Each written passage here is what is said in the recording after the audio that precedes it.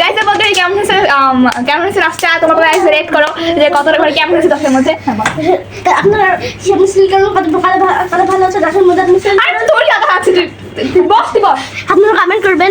কত সুন্দর ভিডিওটা হয়েছে কমেন্ট করবেন আমার ভিডিও দেখবেন আমার নাক সাবস্ক্রাইব করবেন এখন চারটা মেরে তখন